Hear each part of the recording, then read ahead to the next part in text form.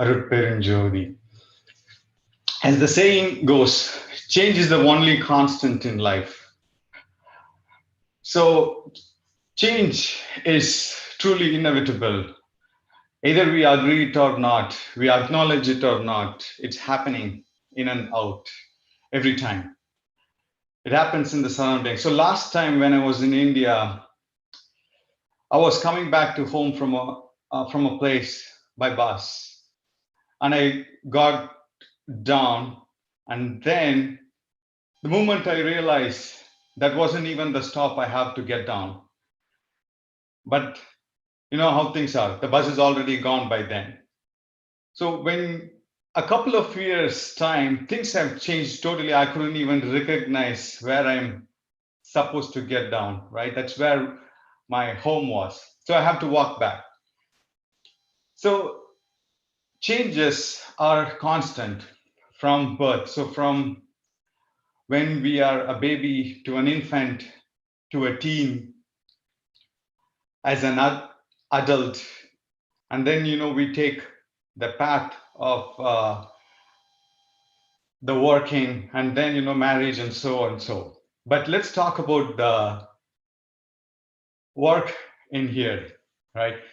So we have seen 3 generations of work. So one is the industrial revolution age, where our grandparents, the main goal there was to put the food in the table. It was just working for survival only. So we just want to survive. And then for that is what we were working. So those times were different. Then came the next age, where the age of technology, the information age. So this is the age where we start earning decent life, like our parents. So we had a home, we had we had our vehicles to commute, we had all of our basic stuff taken care of at that time. And now we can realize that things are changing now to this intelligence age, where the work is also totally different, right? So the survival has been taken care by our grandparents. Our basic stuff has been taken care by our parents. Right now, we are not working for any of those things. For us, the quality makes a difference. Our quality of life makes a difference. The quality of work environment makes a difference. The quality of how the workplace makes a difference. The quality of what we work on makes the difference. We look into a good balance between work and life now. We look into the opportunities which is provided in the work as part of the progression to the next stage in the work, to be a leader. We look at the flexibility of work. How flexible is my work? Is that having a remote work? We look into all the benefits of the work. The rigid employers who were there at the time of industrial revolution have changed now. It is a different strategy. It is now working with employees together. So the employees and employers work towards one common goal. So things have taken for a change in work. So everything is different now, right there. We either agree it or not. What we are going to see is how change is being resisted at some point of time, and what happens when change is resisted, and what happens when change is not resisted, and how to make a change successfully. So that's what's going to be our today's presentation is about. So with all these things, one time there was a letter which was sent to Rathinam by Perumal, and this is how the letter goes. The person, Kumarasamy, who is bringing this letter to you, he is very interested to study. So whatever methodology works for him, please do the needful. That is how the letter was addressed to Rathinam, who was Perumal's student. So you can see the openness of how Perumanar was wanting for a person who was interested in to study something, right? Whatever methodology works for that particular student, go by it and make it happen, right? That's how he was doing in 19th century, right?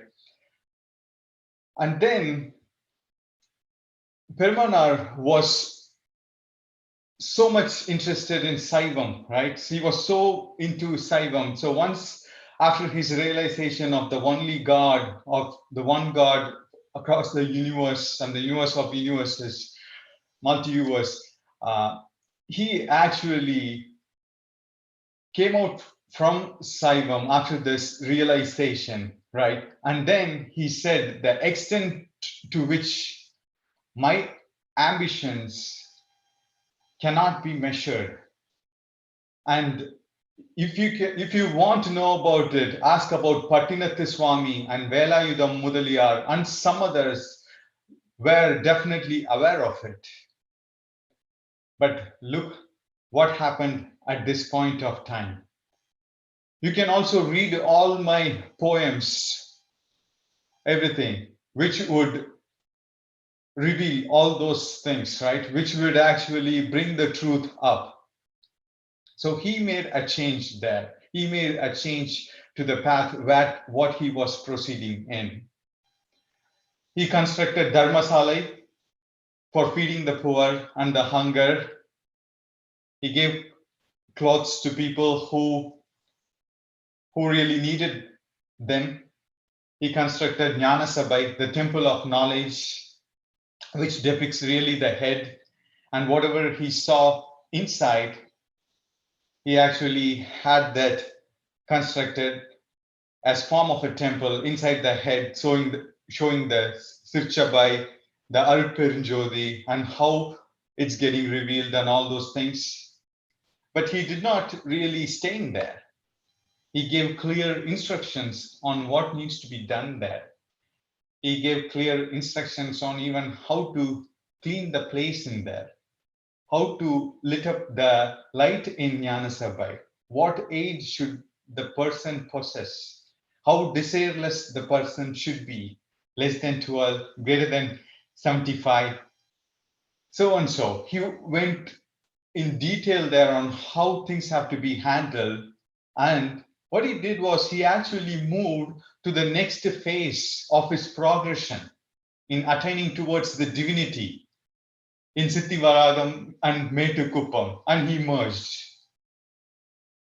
So there have been a constant change throughout his phase of life too. But what happens when anytime a change comes for us?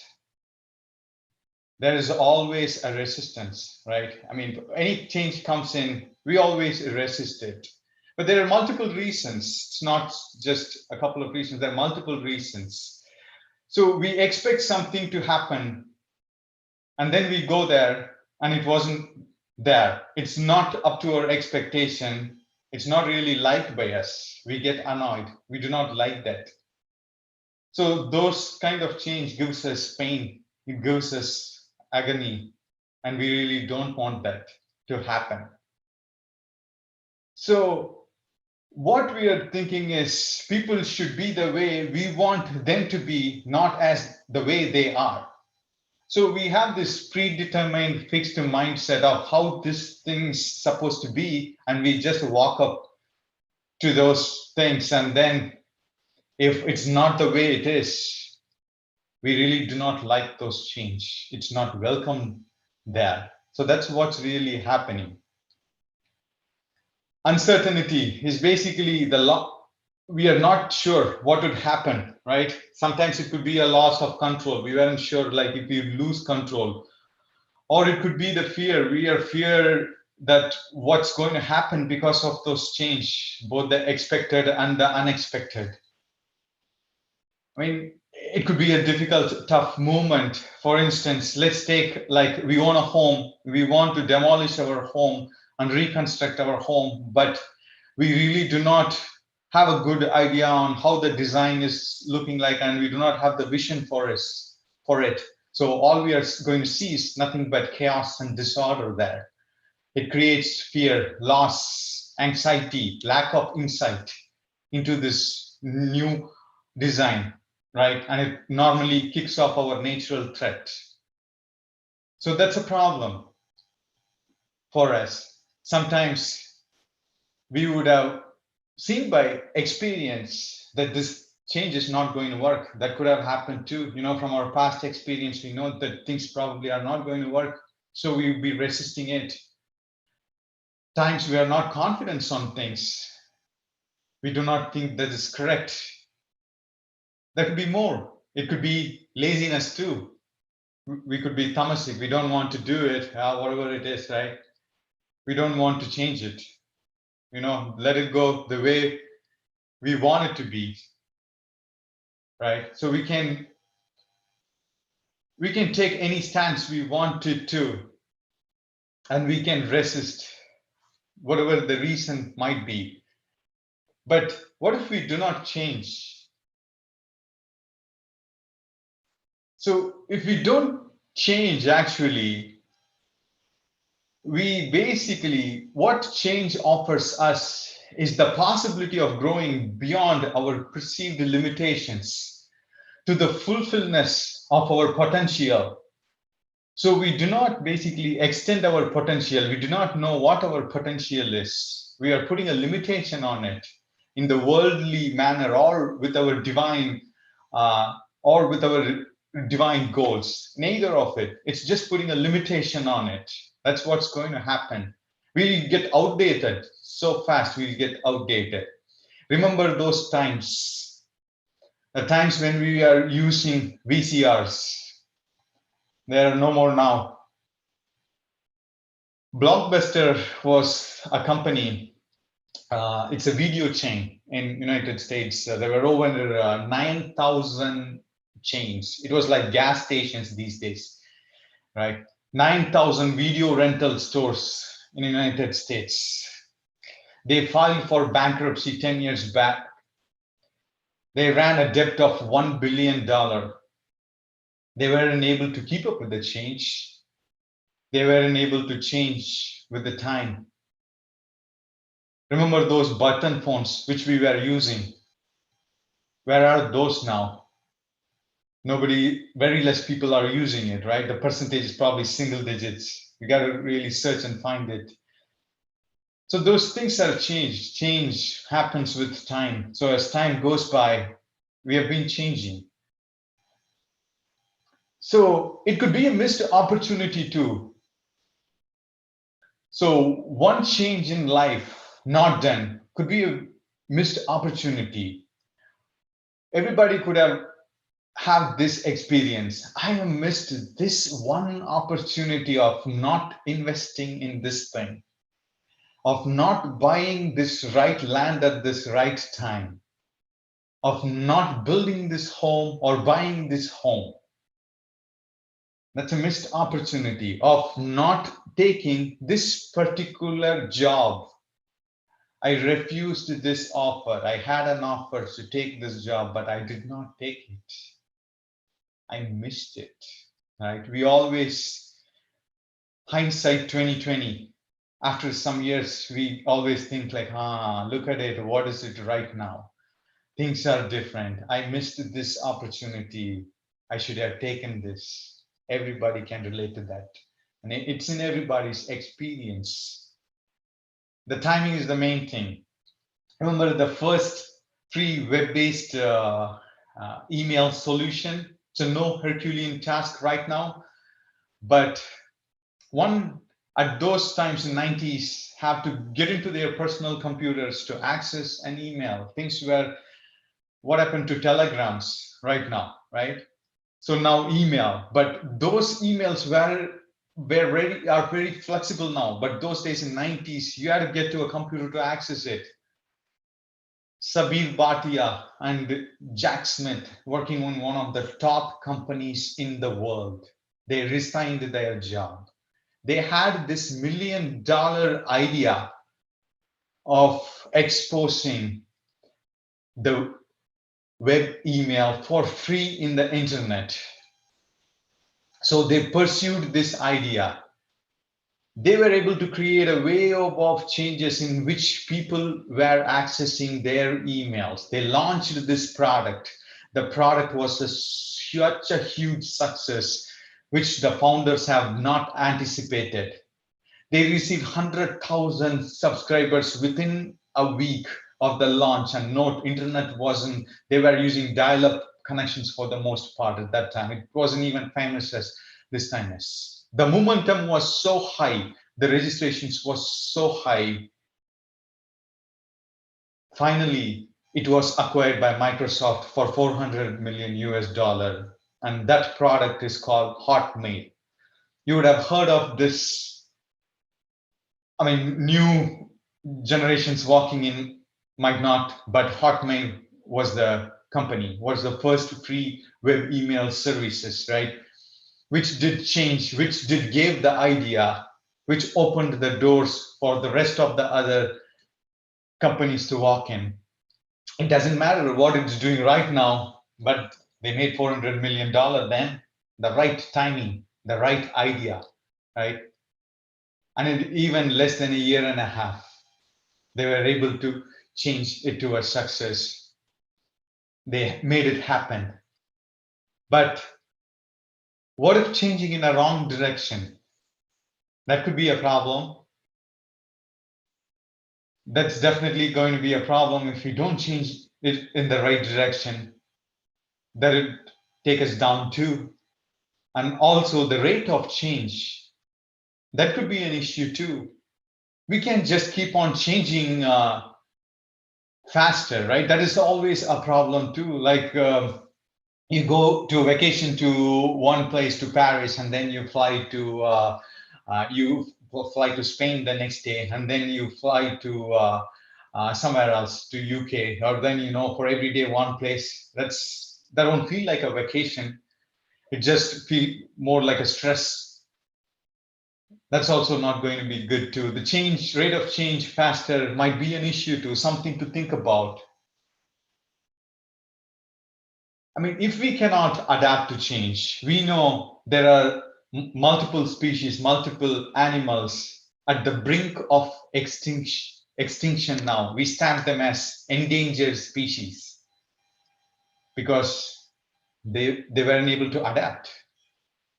Their adaptability wasn't good, actually. They needed help.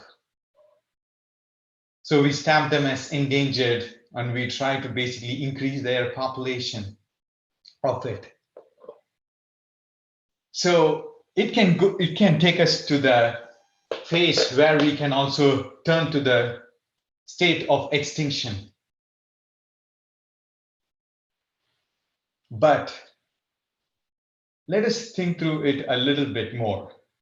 How satisfied are we? Because we were thinking like changes, we got to change in and all those things with respect to time, with respect to the frequency. But how satisfied are we with the changes, what we had made and what we are making right now? With the modern world, changes in pursuit of wealth or in pursuit of pleasure, right? What happens and what is the solution for satisfaction of change with regards to the modern world?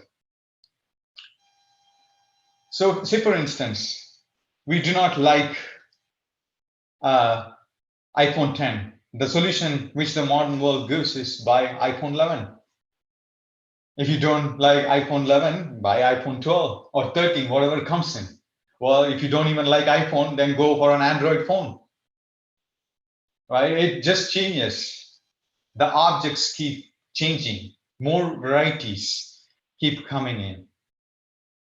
How many entertainments have cropped up these days with all the varieties, which is trying to make us happier in land, right at home, from home theaters to video games to whatever we can think of. I mean, not just that, right? Theme parks, yada yada, and so many stuff inland. It's totally unbelievable these days how many entertainments are there. You could be entertainment. If you don't like this, go to try this, try that. It is so much, depending on how much money you have. Let's not forget that, right? So it just doesn't stop there. How about water?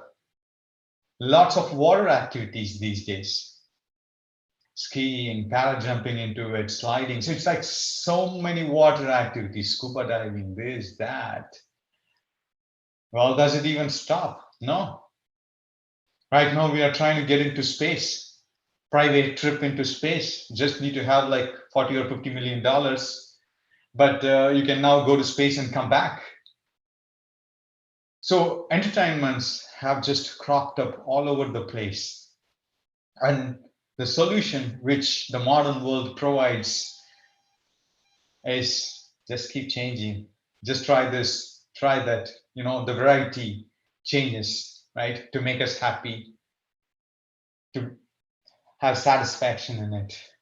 But with all these things, what happens is the global depressant market, right, is something else. The antidepressant market is right now projected to grow from approximately $15 billion in 2019 or 2018, something like that, to 30 billion. It's doubling this year. So antidepressants have gone up so much. People are selling so much tablets for depressed people because of all the mental issues. And they're expected to surge, actually. With all these stuff to entertain us, to keep us happy. This thing is also surging at the same time. We are so connected these days, but we feel really lonely. Isn't so? Sometimes. Instead of enjoying with people and using technology, we are trying to enjoy with technology and use the people. So we are not using the people. We are using the people. Sorry. we are using the people. We are trying to enjoy the technology, but it should be the other way around. So things are different. Things are changing. The trends are changing. So all the stress, all the depressions, with so many stuff to entertain us, what is that the spiritual world has to offer us? It offers us in a different perspective. Is on a very high level, we can say, try to help others, right? Try to involve in some social service, whatever it is. Try to disengage from your daily routine and involved in a social service. That would help you, right? Perumal says compassion, oneness. So let's say our stress in our job, right? And let's try to apply this. If we think everybody to be the same as one, if I'm thinking everybody the same as me, would I have the same stress in it? The same thing, if we own a company and instead of seeing them as a competitor, right, we just see them as one of our family member, right? And everybody develops at the same time. So oneness in there is what the solution is. And oneness actually is the base of compassion. And Perumal says oneness is of two forms. At first, in an individual level, how oneness is defined and how oneness is defined when we are at a group. So oneness, when defined in an individual level, is when our intellect and our disciplines are in sync. What disciplines are we talking about? We are talking about the disciplines of mind. We are talking about the disciplines of body, the disciplines of life, soul, and our intellect. They have to be in an alignment. And it says in other areas, when in a group, when somebody creates an issue, if they did something, Perumal says to be tolerable in that place and to exercise patience, right? In a group settings. So this is how oneness is defined as an individual and also in a group settings. So compassion, oneness is what is really going to help us from the spiritual perspective.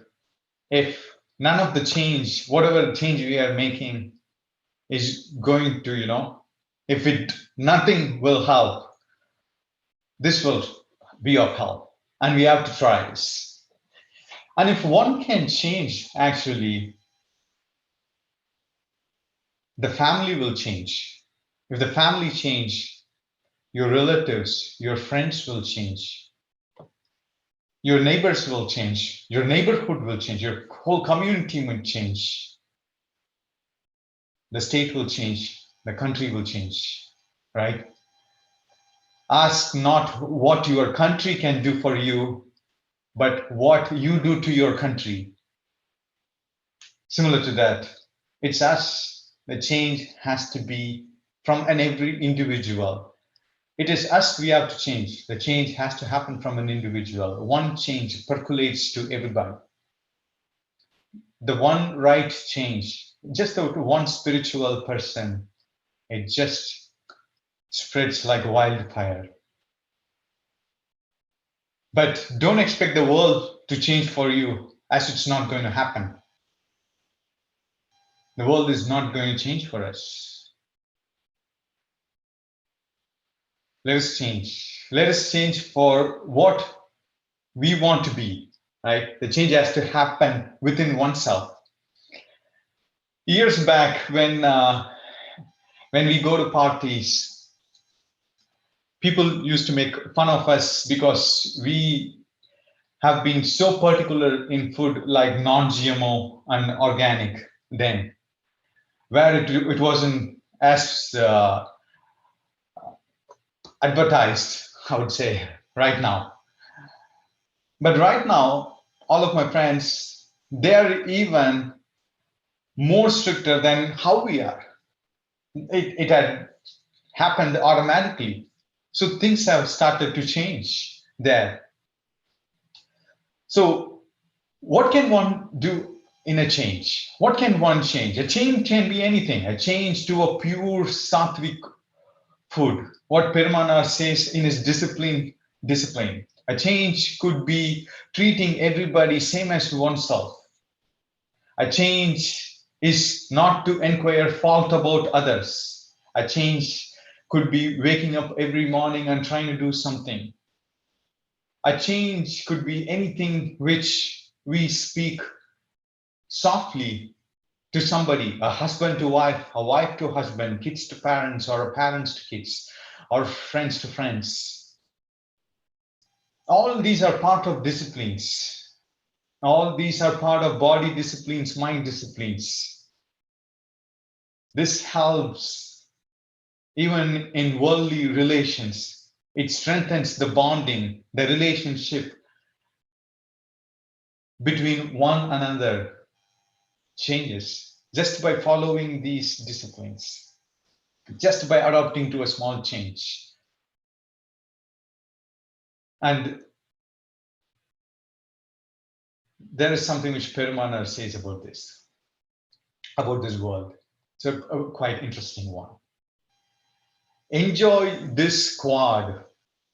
Aram porul inbam. Veed, right? So Aram is basically the ethics, the duty, what we are trying to do, the dharma, we want to call as. Porul is the prosperity, the wealth, what we are acquiring. Inbam is what's called as kama, or the pleasure, or whatever we do for sensual gratification. And Vida is nothing but moksha, mukti, the pursuit of liberation. So enjoy this squad. Whatever you want, just enjoy this. 3 times, thrice, enjoy this thing. Without getting attached to it. And that is really is what is called as a saint or a Turavi, right? So that's what Perumal says. Enjoy everything what the world has offered to you, but just try to distance yourself from it. And that's what's called as a Turavi. It's not just stepping away from family or, trying to be in a cave and isolate yourself from the rest of the world. All these things are needed too, right? This is a balance which everybody is striving to strike. Sometimes this is a blueprint for human fulfillment too.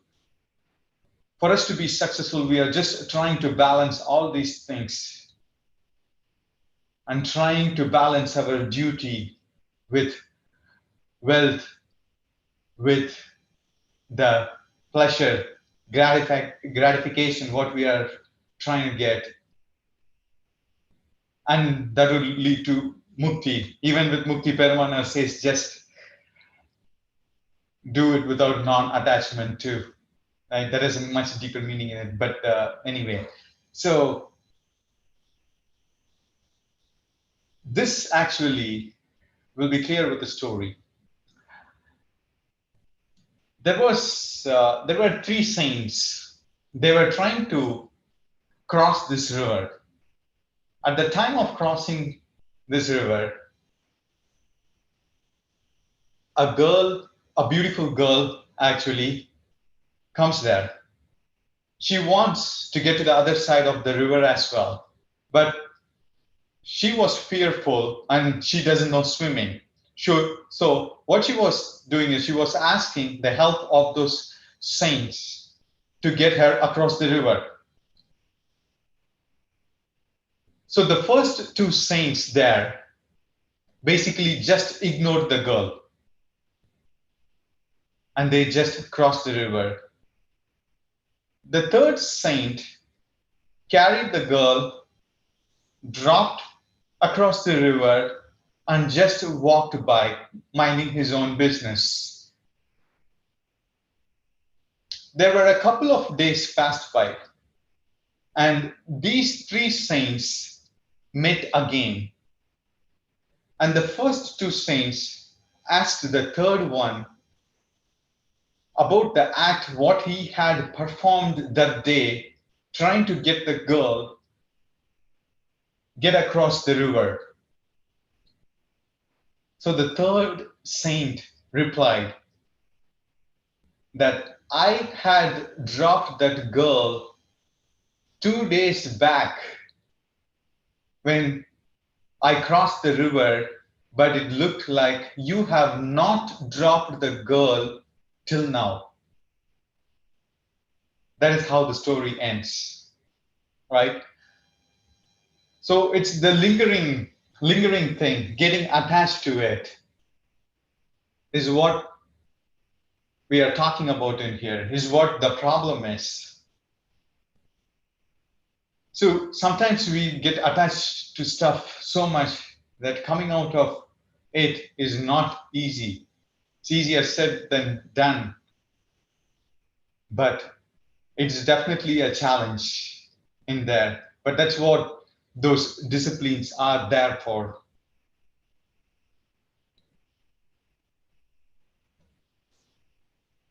So now, how can we be an agent of a change?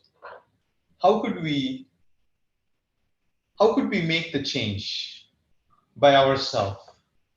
Is basically we want to grow our knowledge on what we want to, on what we want to achieve, our goal, right? Without proper knowledge, it's not going to work. It's not just because of somebody is saying something or because everybody is following. It's not because of the crowd. It's just because of the knowledge, trying to learn and trying to understand and trying to get the intellect, right, out of it. So Perumanar says, Arive Vadivai, Arive Uruvai, Arive Poriyai. So every part of the body, all the indriyas, what we have actually should be knowledgeable enough, should have its own intellect. How is this possible even? For example, let's think about this. If you have like 5 or 10 passwords or even 50 different passwords, right? If I ask you about a password for a particular website to get into something, you might not remember. But once you get into your computer or your phone, automatically your finger would go in and it would start typing it, right? And if you play piano, you would just go ahead and, you might not remember the notes, but you just go ahead and start playing and it would start coming in.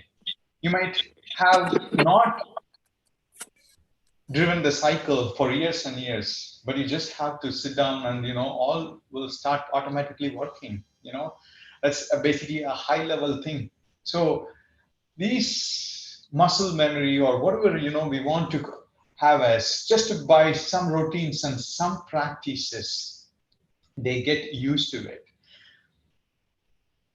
For instance, let's say Perumanar says that in the discipline for body, to hear only good things, right? So once we start ignoring all the stuff which we do not want, at some point of time, we will not be interested in it. So at the time, the ear will start taking its own decision.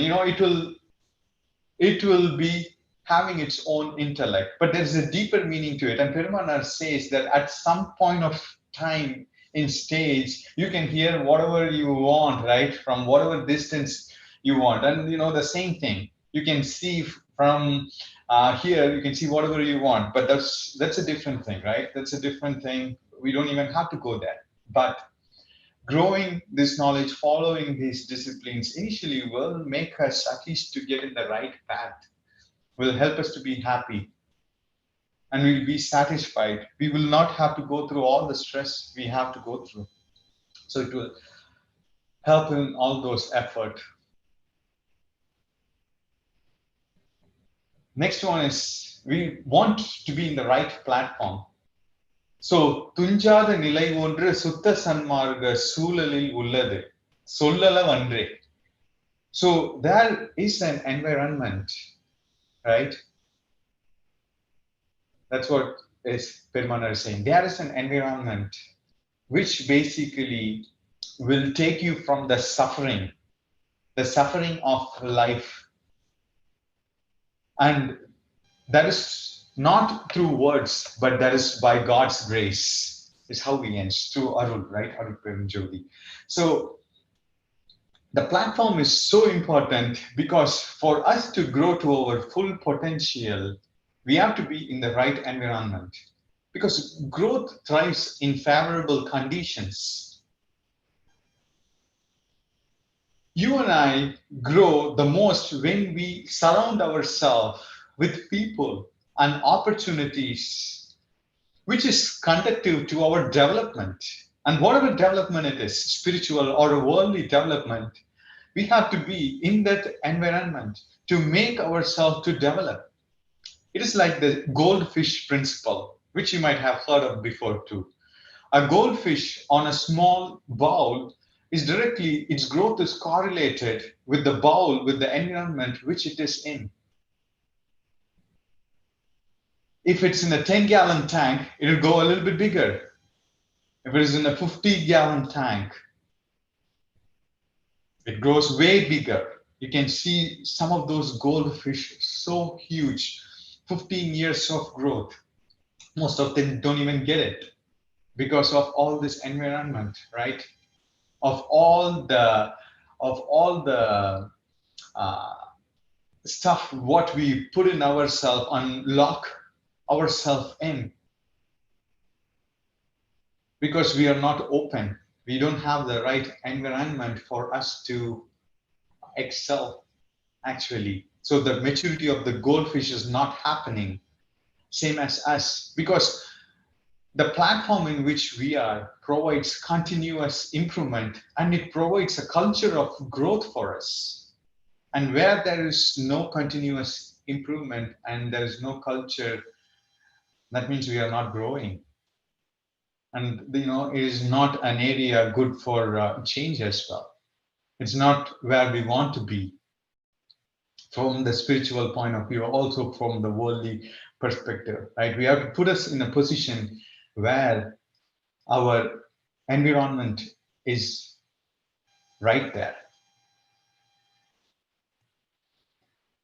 So, but with all these things, what we want to do is we want to keep up our core values. We want to keep up the core values in which following the compassionate discipline for our life. And Perumal says, if you just follow compassionate discipline in your life, things will get done effortlessly. It will be in ease. You don't have to struggle a lot. And you will be never in danger. This is what Perumal says. You'll be never in danger due to negligence or in deeds. So whatever comes because of our deeds or because of our negligence, the cause and effect, the effect will be less, or there won't be any effect at all.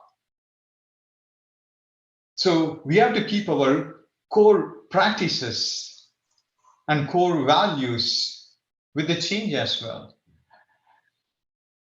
So with this in mind, I think we are getting close to a time, and I hope this session is of useful and provides some value, and you have some take on points for yourself to do something about it.